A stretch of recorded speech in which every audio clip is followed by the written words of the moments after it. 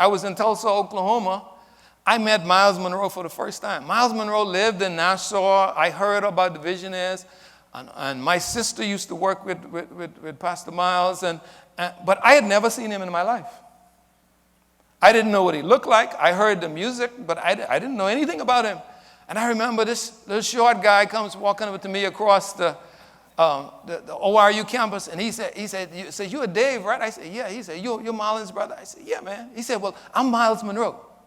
And, he had this bubbling personality, and he always had something to offer you, something for you to come to some event he was doing or whatever. So he was always engaged, and he had this poster in his hand that he had drawn himself.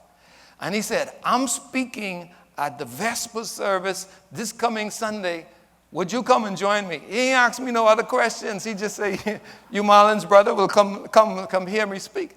And I remember I went to the cafe. They held it in the cafeteria. Some of the ORU students know what I'm talking about. They held it in the cafeteria, and I don't know this guy. I heard about him. My sister talked about him, and I sat there and listened, and I was like, "Man, this dude deep, man. I mean, this dude deep." And it influenced my thinking.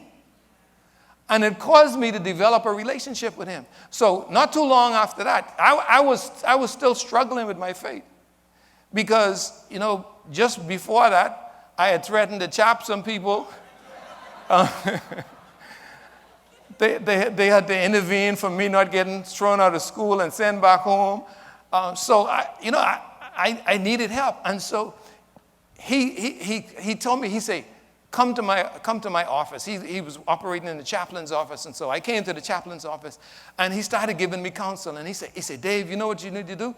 In order to grow, you need to come to communion service every day, and you need to read the Word." And he started giving me encouragement, and it influenced my life. It changed my behavior.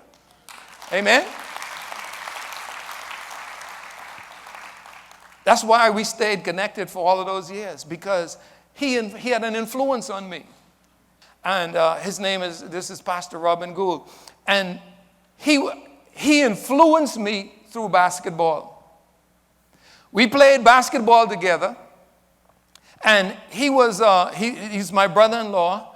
And when I met him, I was like, man, I can't even hang out with this dude. He don't smoke, he don't drink, he don't cuss, he don't go to clubs, he don't do nothing. I mean, what I can do, how I can hang around him? I came from under the influence, and I'm under the wrong influence, and this guy is for a different influence. I was ignorant, not realizing that he was under a better influence than me. But you see, his testimony and his witness influenced me to change my life. Can you imagine that?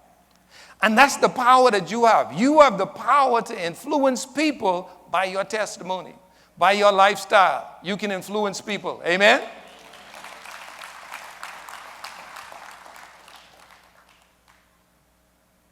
Dr. Gool led me to the Lord. And I am strongly influenced by these men, but I am even more strongly influenced by John.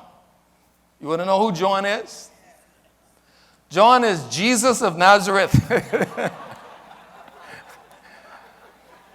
That's the major influence. Anybody else been influenced by John?